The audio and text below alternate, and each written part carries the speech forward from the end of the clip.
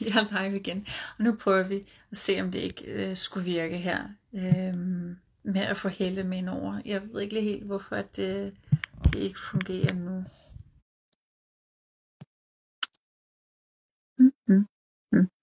Og hvis du ikke får den her anmodning, Helle, så...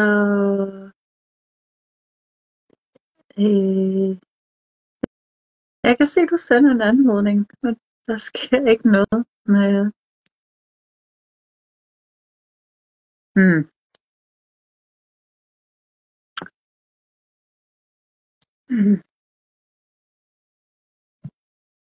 Jeg kan godt se din anmodning, når jeg sikkert trykker acceptere, så står der bare gå live, og der sker ikke noget, når jeg siger trykker gå live. Det er virkelig skørt.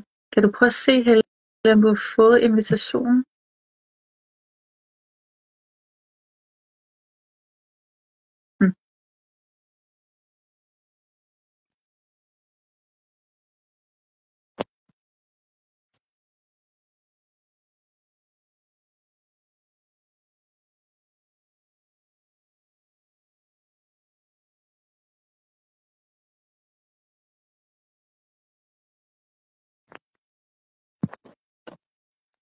Ja, jeg kan ikke acceptere din anmodning, Helle, så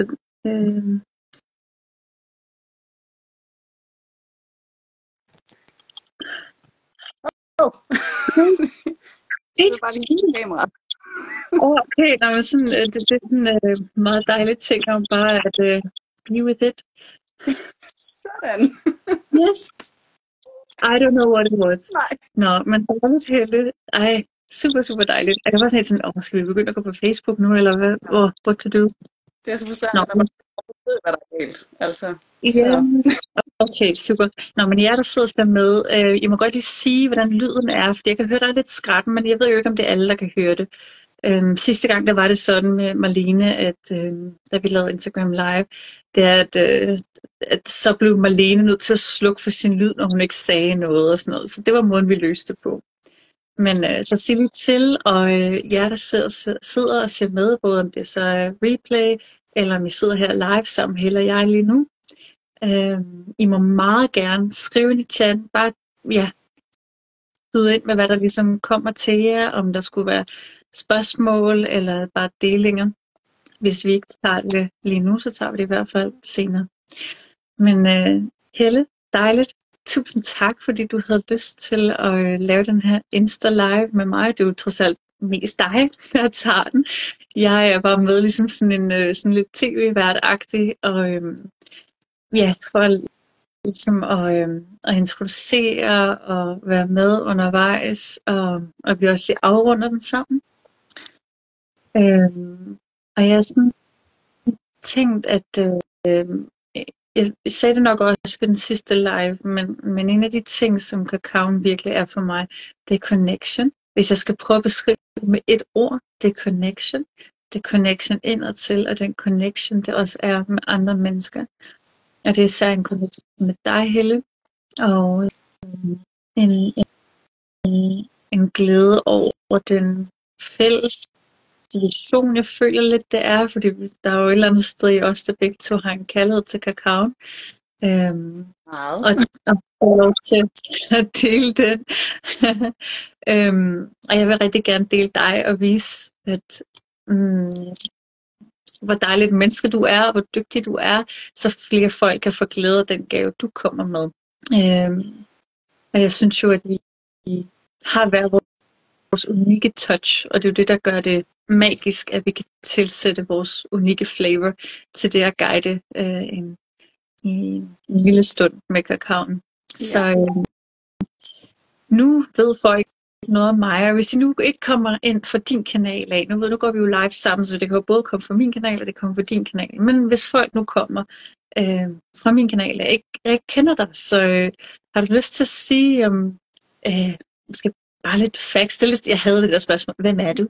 Men hvad er vigtigt for dig, eller hvad er der noget, der ligesom sådan brænder på lige nu for at blive delt? Jamen, hvor skal man snart starte? Hvem er jeg? Jeg har jo igennem dig fået et fantastisk kærlighedsforhold til kakao.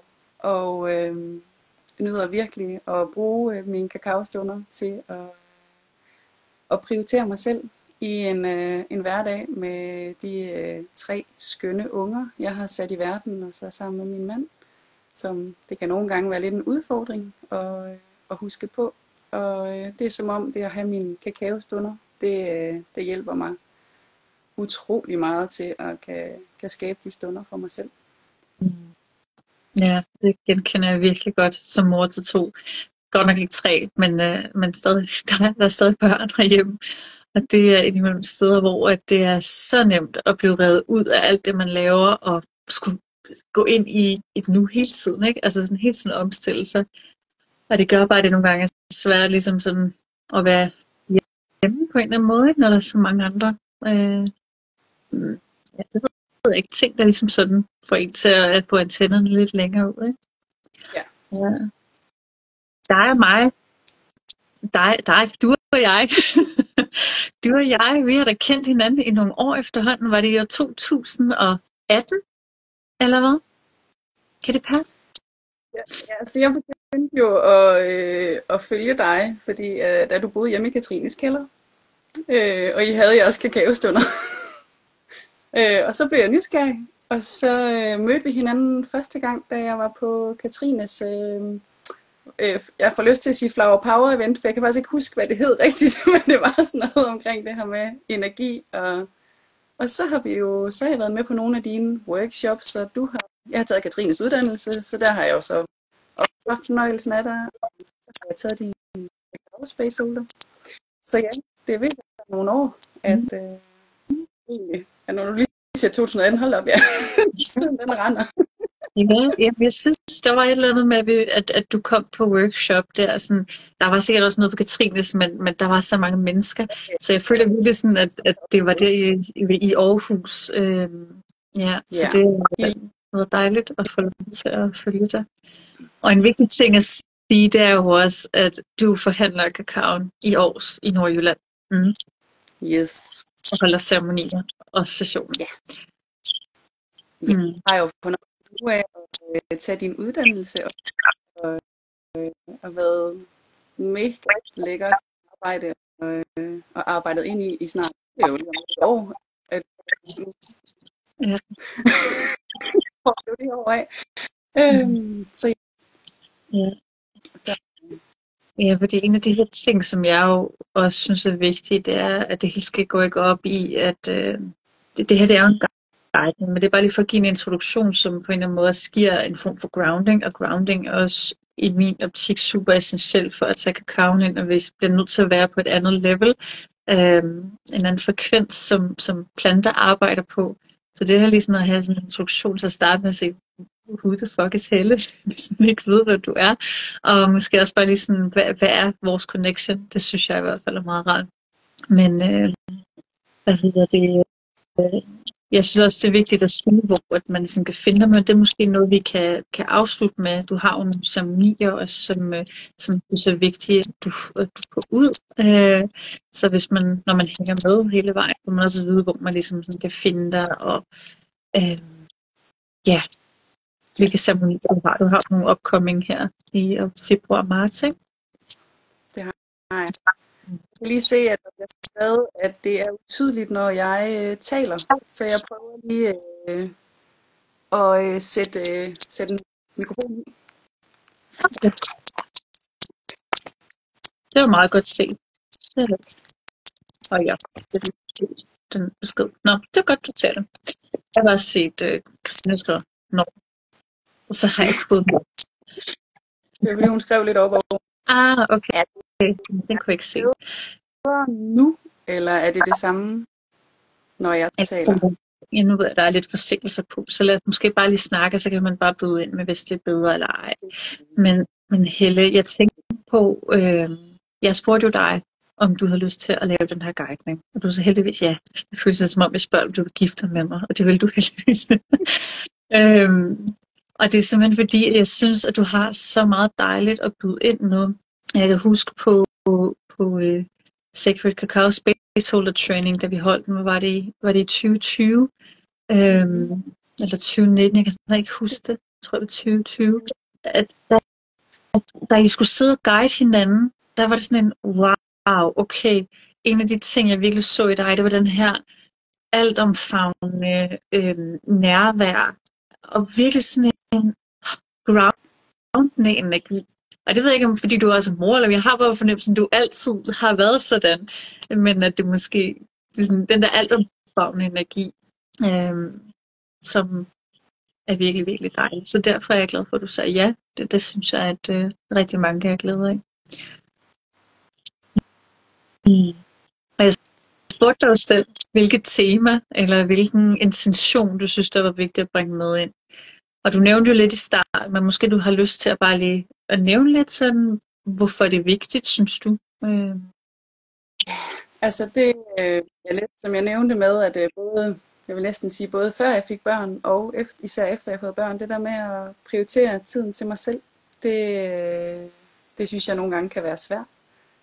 Og så da vi sidste gang var på retreat, der skulle vi have sådan en dedikation, vi gerne ville den næste tid. Og der blev min sådan det her med at mærke ind i mit inderste. Og jeg kan bare mærke den kæmpe forskel, det gør for mig, når jeg prioriterer tid til at mærke ind i mit inderste. Og derfor blev det, der sådan lige blev min intention for den her kakaoguidning, at det var det, jeg egentlig havde lyst til at bringe med ud til andre.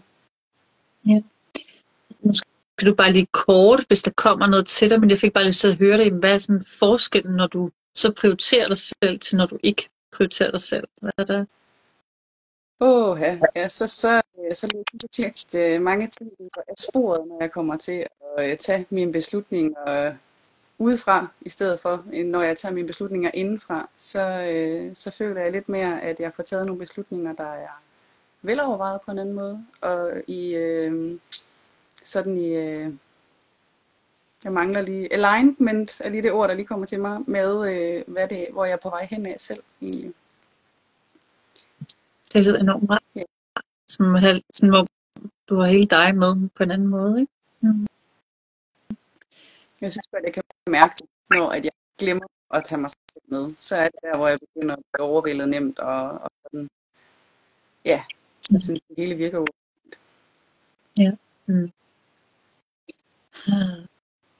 Jamen, ved du hvad, Helle? Jeg har faktisk ikke rigtig så meget andet, jeg vil sådan spørge dig om, eller jeg synes, vi lige skulle starte ud med. Jeg synes, vi startede meget godt ud med de ting, sådan ligesom, ja. Så er der noget, du har lyst til at sige, eller så vil jeg nemlig bare give ordet til dig og til din guidning, til dem, der ser med. Jamen, jeg tænker, jeg er så klar til at guide, så det synes jeg, vi skal kaste os ud. Godt. Vil du være, jeg giver ordet til dig, og når du er færdig, kan du bare lige sige til, og så kan vi lige afrunde dem sammen. Mm. Ja, det lyder godt. Jamen, perfekt. Jeg vil sådan lige starte med at invitere til, at I finder jer en behagelig stilling. Lige sidder sådan, at I kan mærke, at I sidder dejligt afslappet. Jeg kan også lige mærke, at jeg lige skal. Og så vil jeg invitere til at lukke dine øjne. Og begynde at lige vende din opmærksomhed indad. Begynde at lytte til lyden af dit eget åndedræt. Så vil jeg invitere dig til, at de steder, hvor at du kan mærke, at din krop, den ligesom rører ved underlaget under dig. Du så sidder i en stol, eller du sidder på gulvet. Men alle de steder, hvor din krop rører ved underlaget, at du forestiller dig, at fra de steder på din krop, der springer der rødder ud. Rødder, der bevæger sig ned gennem underlaget under dig. Det kan være, at det er ned gennem stolen, ned gennem gulvet, ned gennem fundamentet, ned i de forskellige jordlag. Mærker, at du stille og roligt lader dine rødder bevæge sig lige så langt ned som du har lyst til. På den her måde bliver du grounded til lige netop det her sted, det her øjeblik, samtidig med at du bliver connected til jorden og til alt liv på jorden. Og connected til rødderne på de træer, hvor kakaoen den gror, og spirit kakao bor. På den måde bliver vi connected med hinanden, med os selv. Bare lige bruge et øjeblik på at mærke, om dine rødder skal længere ned, eller du har fundet et tilpas leje.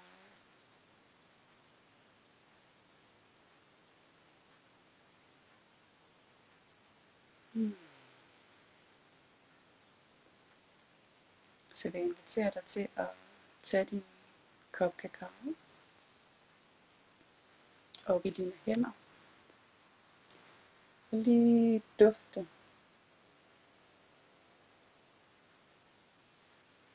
Og så derefter finde et naturligt sted at lade din kop mærke og dufte kakaoen. Og lige sende en lille tak til dig selv for at have prioriteret den her stund til dig. Den her stund til at du er den, der er vigtig.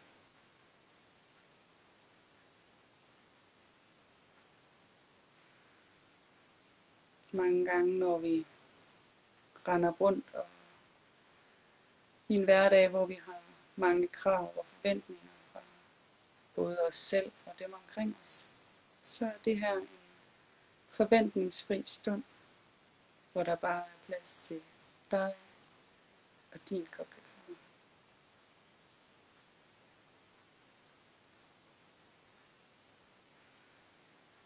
Jeg inviterer dig til at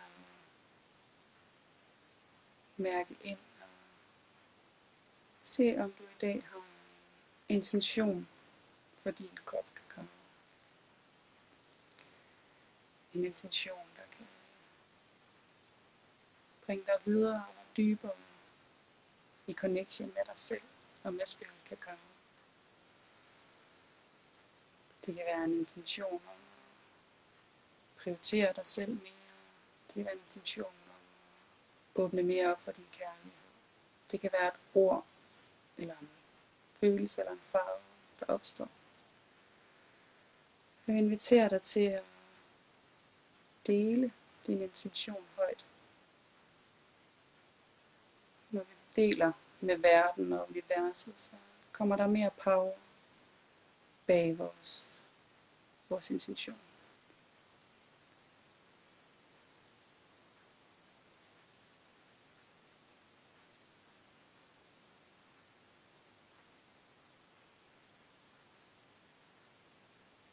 Forestil dig nu, at i kraft af, at du har delt din intention, at du har taget den ned i din kop kakao. Den blander sig med de skønne bønner dernede. Så vil jeg invitere til i dit eget tempo, at du stille og roligt begynder at drikke din kop kakao. Lige dufte til den en enkelt gang. Og mærke de dejlige duftstoffer. Jamen, jeg bliver sådan helt glad bare ved at dufte. Så stille og roligt i dit eget tempo. Drik din kop kakao.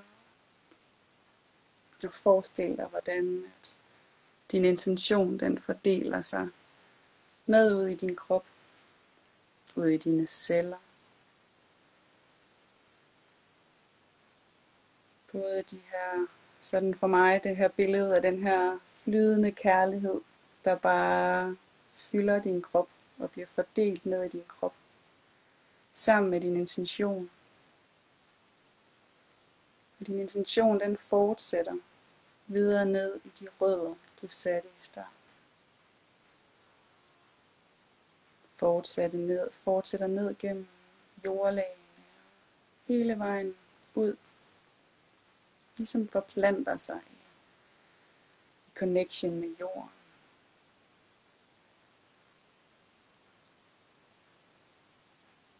Få bare lige et øjeblik til bare lige sidde og forestille dig det her billede af din intention og din energi forplanter sig videre i jordlagene under dig.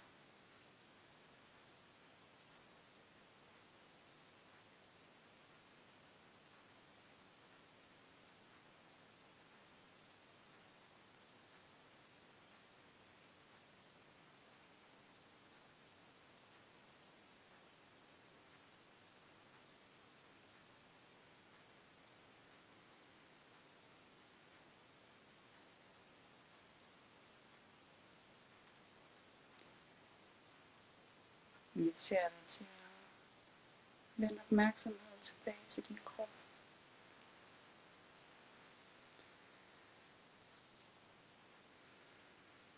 Lytte til din krop. Måske der er et sted, der kalder på din opmærksomhed lige nu i form af en fornemmelse af en farve. Det kan være en smerte, du oplever og mærker i din krop et sted. Så inviterer dig til at lægge en hånd på det sted.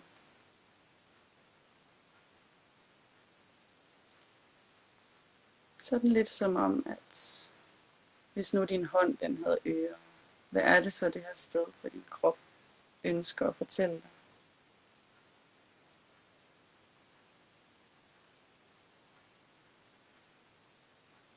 Hvilke beskeder er der til dig?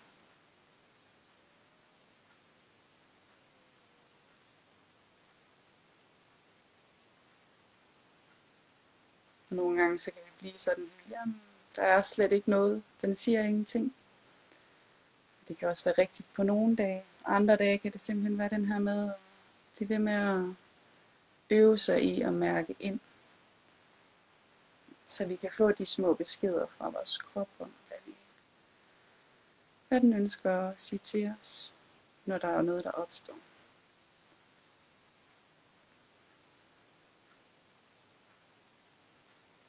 Det kan være, at det er en indsigt om noget, du skal prioritere.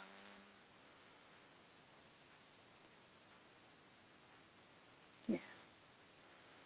Beskeder fra kroppen kan se ud på mange måder.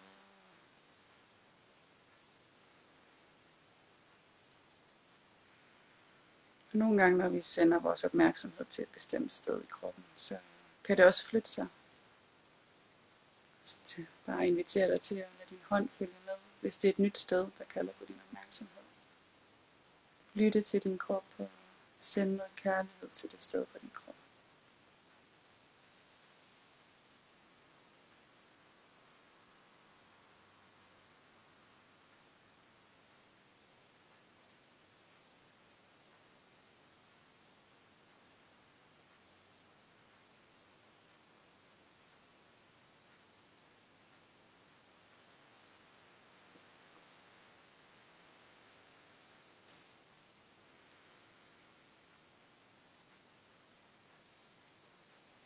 Inviterer dig til at lægge en hånd på dit hjerte.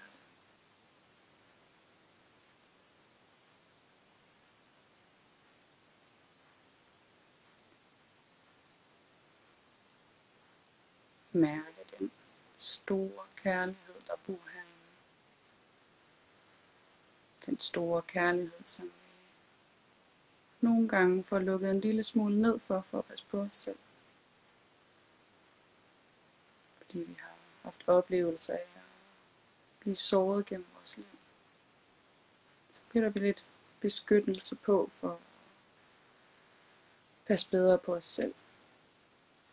Men når vi tager beskyttelse på, så lukker vi også mere ned for, at vi kan mærke den her kærlighed til os selv og til andre.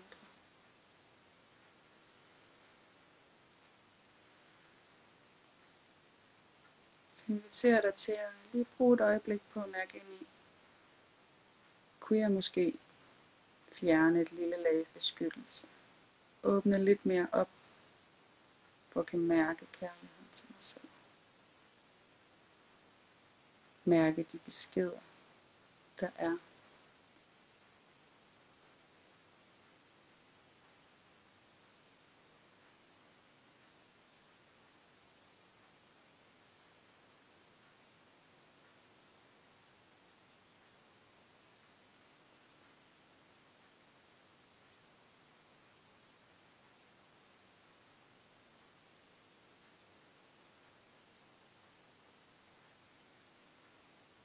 Mærke kærligheden som en cirkulation mellem dine hænder og dit hjerte. Kærlighed du hver dag giver til verden omkring dig, uden at præstere noget, men bare ved at være der med din skønne energi.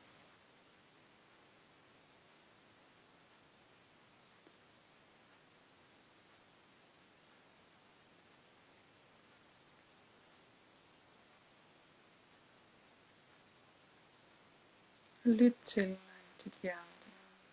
Måske har en besked til dig. Hvad kan du gøre af små ting for at prioritere dig selv mere?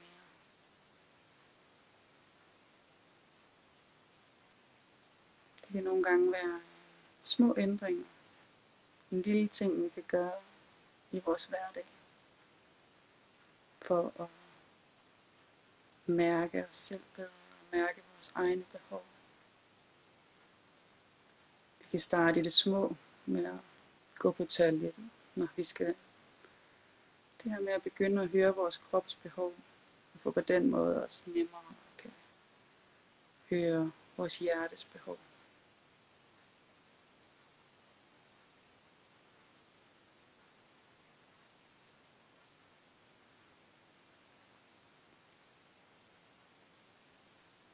Mærke, hvordan du kan åbne en lille smule mere op for dit hjerte, og stadig være på en kærlig og respektfuld måde for dig selv i verden. Så vi ikke bare åbner helt op, men at vi gør det med respekt for os selv, fjerner flere og flere lag i det omfang, som vi er klar til.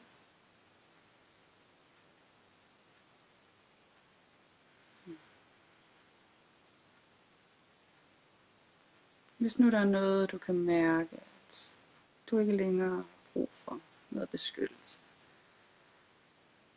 så forestil dig, at du bare lader det her skønne, helende lys flyde ned gennem dig. Lad det skylle det bort, og lad det fortsætte ned i din rød, trænge ud i jorden under dig. Sådan at det på en kærlig og forløsende måde kommer videre ud og bliver brugt på nye måder. Du i kærlighed til dig selv giver slip og forløser det, du ikke længere har brug for.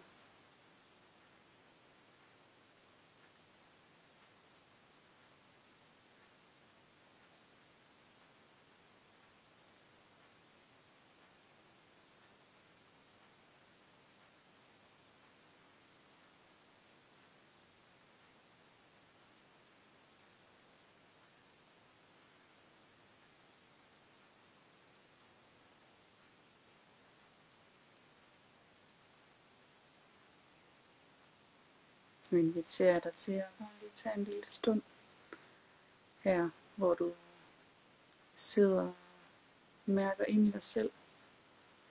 Jeg vil da invitere til, at hvis du ser den på replay, så måske sætte en sang på, så du bare lige kan ligge og nyde en stund, eller sidde og nyde en stund, sammen med dit hjerte.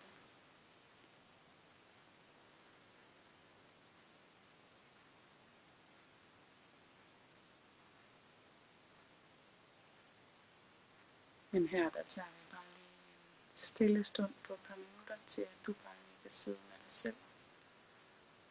Jeg siger til, når vi er klar til at vende tilbage.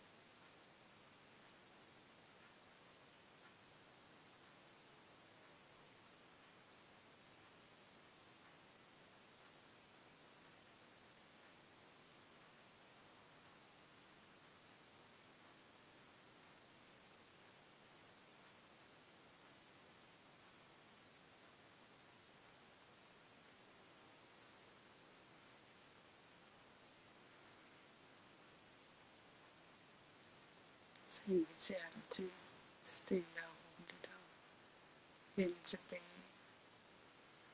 Lige sende endnu en tak til dit hjerte, til dig selv, til Spirit Kakao for at den her stund, hvor du har kunnet mærke ind i dit inderste, mærke hvilke beskeder der er fra din krop. Med en skøn påmindelse om, at selv de mindste ting kan gøre en kæmpe forskel for os selv. Og at nogle gange så behøver vi slet ikke at skal præstere. Så bare det at være til i verden gør en kæmpe forskel.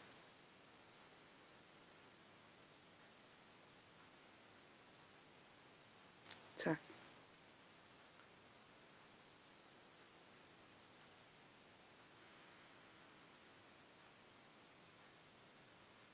Så vil jeg sende bolden, sige tak for at I har lyttet med, og sende bolden lidt tilbage igen til Camille. Håber at I har haft en skøn stund med at ind. Ja, tusind tak, Helle.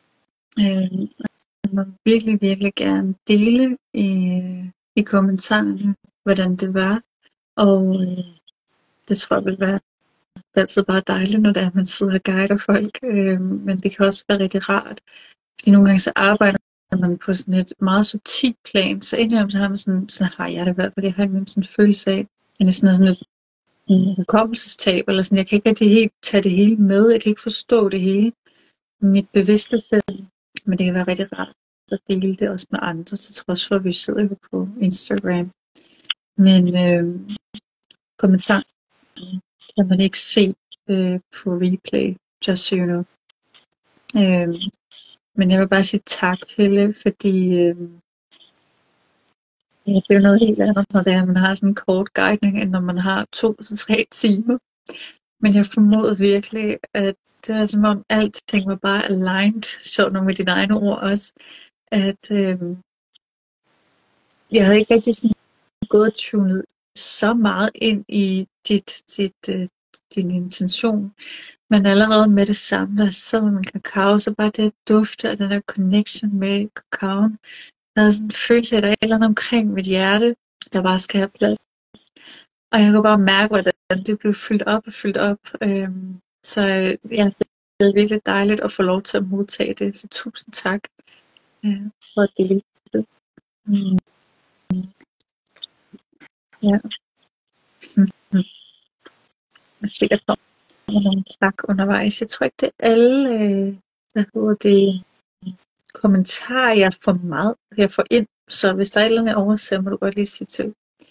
Men ellers så vil jeg gerne høre dig, Helle, om der er noget, du vil afslutte med at sige, for ellers så vil jeg gerne høre dig, hvis man nu gerne vil have noget mere, Helle. Hvor finder man dig så henne? At du bor jo Aars i Nordjylland. Hvor langt er det fra Aalborg egentlig? Nu bliver jeg nødt til at spørge. Det er pinpointe, så det giver lidt mening. Det ligger cirka 45 km syd for Aalborg. Og cirka en times kørsel i bil nord for Aarhus. Okay, det kan nok mening. Ja, så det har jo dit eget klinik lokale derhjemme, hvor du har behandling. Ja.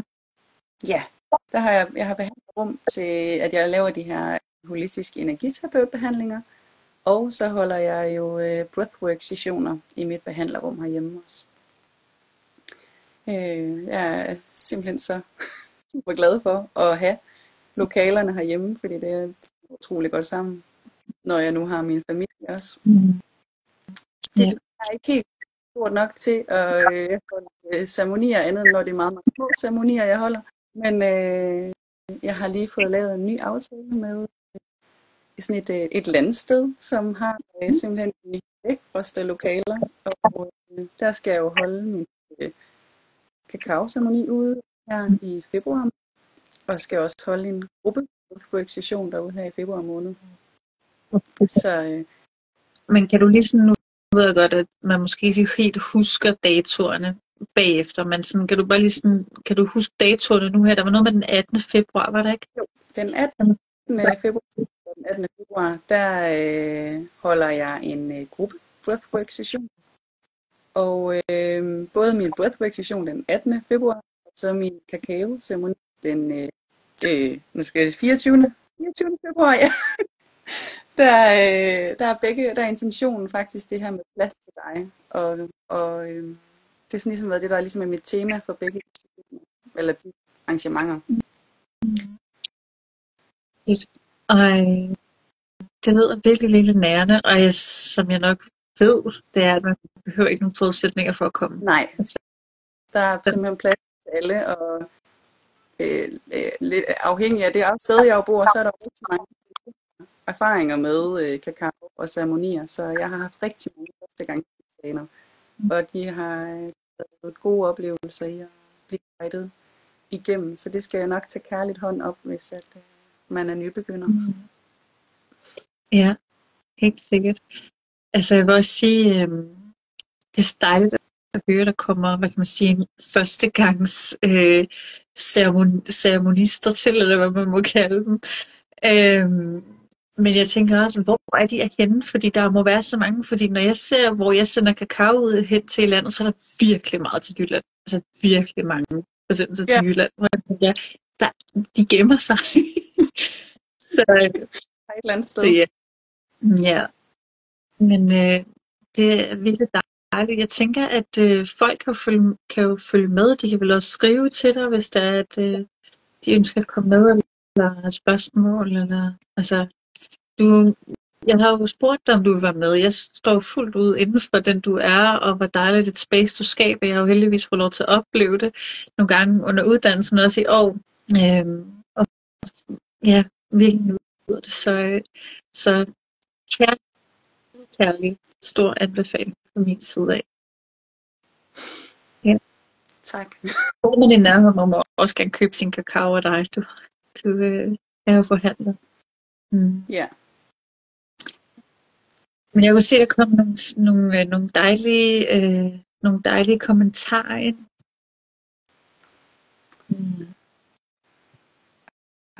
Ja. Rar og roligt, dejlig, fredfyldt og kærlig oplevelse. Og ja, Christina skriver også, det er så trygt ind i dig, blandt andet. Det er det, jeg synes, at hvor gør rigtig godt at være så opførende i din guidance. Det var rigtig, rigtig dejligt. Er der noget, du har lyst til at dele her på falderæbet? Det var det egentlig skørt, det hedder falderæbet. Vi skal falde over et ræb, eller hvad? Vores start er også anlagt. Det sker tit sådan noget. Så det er ikke så typisk et udtryk. Jeg er mega glad for, at I har set med, og at I har haft en god oplevelse med det. Og tak for at dele i kommentarerne også. Ja, med det. Det er rigtig rart lige at... Det er jo lidt noget andet at sidde bag skærmen, fordi man ikke på den samme måde fornemmer energierne. Men jeg synes, det har været skønt at få lov at lege lidt med. Ja, jeg synes også, det er sådan en holder ceremoni. At det er jo en co-creation, det er jo en samskabelse på en eller anden måde. Og alligevel så synes jeg faktisk også, selvom at vi sidder sådan rent teknisk fra hinanden, altså der er et eller andet smukt. Det er der, hvor jeg synes, det smukke ved sociale medier egentlig kommer frem. Det er, at på en eller anden måde, så kan vi stadig connecte. Selvfølgelig er der sådan rent biologisk, eller der mangler i, at der ikke er en krop, jeg kan mærke, eller jeg hører det igennem en højtaler, men det er faktisk vildt at høre, at du også mærker, at det på en eller anden måde fungerer, ikke? Ja. Og for dem, der sidder og lytter med. Men man kan finde Helle på smuksind.dk, og hvis man ikke lige kan finde dig på Instagram, og man også gerne vil skrive til mig, så skal jeg nok lige linke. Og ellers så tusind tak, Helle, og tak til jer, der lytter med og dedikerede jer. Det er jo det vigtigste. Det er det vigtigste, vi har, det er vores tid. Den får vi ikke tilbage. Så dejligt at bruge den på jer selv. Vil du sige noget mere? Eller skal vi bare sige farvel? Ja, i hvert fald ikke det. Jeg tror, det kommer Ja, tusind tak. Tak, tak Vi igen. ses på onsdag. Ja, hej. Hej.